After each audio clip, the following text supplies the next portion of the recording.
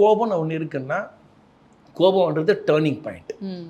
Turning point அப்படின்னா அதுதான் கோபம்ன்றது ஒரு எக்ஸ்பிரஷன்.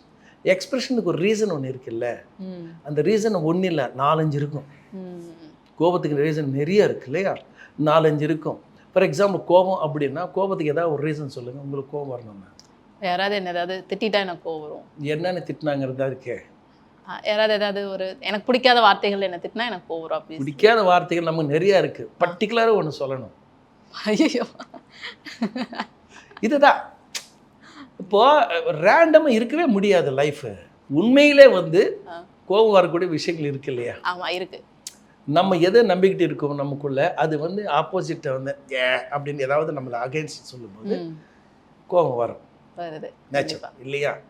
ஸோ இந்த கோபத்துக்கு இந்த ரீசன், கோபத்துக்கு ரீசன் வந்தாச்சு. இப்போ இந்த ரீசனுக்கு ரியாக்ஷன் ஒன்று இருக்குல்ல, அதுக்கு எப்படி ரியாக்ட் பண்ண போகிறீங்க? இப்போ எல்லாருமே கோபம் தான் காட்டுறான், ரீசன் இல்லை, ரியாக்ஷனும் இல்லை. இந்த 2 சேர்ந்து 3 ஆயிடுச்சு ஒரு எமோஷனுக்கு. இப்படி 9 × 3 என்ன ஆயிடுச்சு? 27 ஆயிடுச்சா? இப்போ டுவல் எக்ஸ்பிரஷன் இருக்குல்ல, அது ஒரு 9 இருக்குது.